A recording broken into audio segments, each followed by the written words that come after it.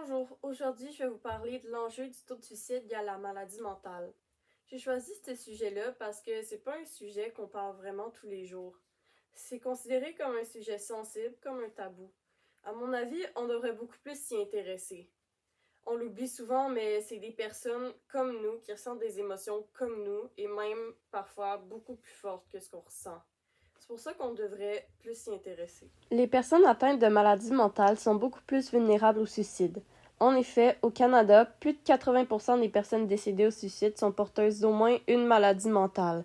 Et ça, c'est sans compter les cas non diagnostiqués. Vous l'aurez compris, c'est surtout sur le Canada ou au Québec que je vais parler aujourd'hui. On vit aujourd'hui dans un pays bien développé où on pense que rien de grave peut nous arriver. On a de la nourriture, de l'eau, de l'éducation, bref, tout ce qu'il faut pour bien vivre. Cependant, la théorie n'est pas toujours la même que la pratique. En réalité, plusieurs facteurs peuvent faire en sorte de dégrader la santé mentale d'une personne. Ce problème a lieu depuis toujours, mais grâce aux efforts de la province, le taux de suicide est passé de 18 par 100 000 personnes à 12 par 100 000 personnes de 2000 à 2023. Cependant, il ne faut pas oublier que 12 personnes par 100 000 personnes par an est quand même un chiffre énorme. Cela représente 1018 victimes par an. En plus, c'est pas juste les victimes qui vivent les conséquences de cet acte. Tous leurs proches, comme leur famille, leurs amis, leurs partenaires ou simplement les personnes que la victime côtoyait au quotidien doivent vivre à travers le deuil.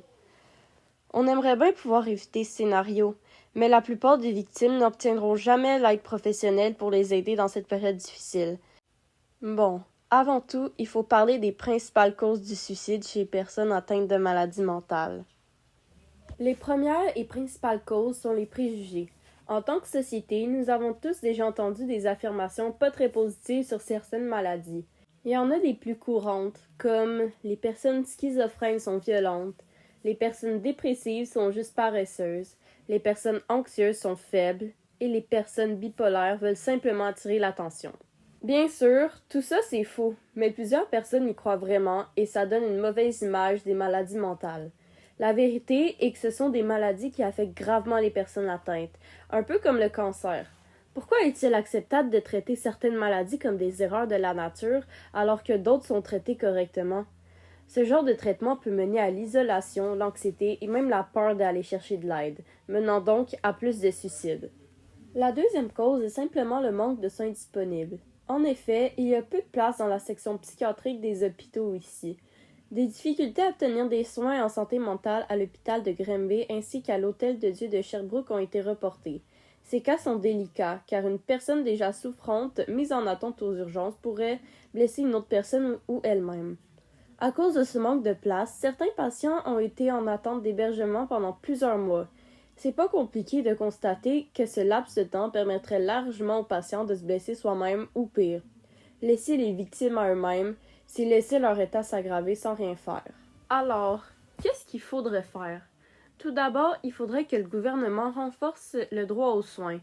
Cette loi stipule que tout le monde a le droit d'obtenir les traitements dont ils ont besoin, comme les examens, les prélèvements et les traitements. Si le gouvernement renforcerait ce droit, les hôpitaux seraient forcés d'avoir plus de personnel et de places possibles pour permettre à tout le monde d'obtenir l'aide dont ils ont besoin. Par contre, c'est pas vraiment quelque chose d'accessible pour nous. Ce qu'on peut faire, c'est de soutenir les organismes supportant la cause de la santé mentale, comme la Fondation Douglas. Cette fondation aide à subventionner les hôpitaux spécifiquement dans la santé mentale. Les soutenir, c'est pas forcément faire des dons. C'est aussi informer le monde de l'existence de cette fondation. On peut simplement tenter aussi d'arrêter de juger les personnes avec des maladies mentales.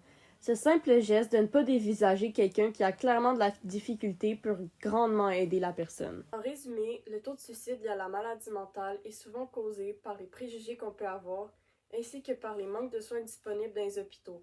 On peut espérer que le Québec va continuer de s'améliorer en matière de santé mentale et que le taux de suicide va continuer à baisser de plus en plus au fil des années. Merci de m'avoir écouté.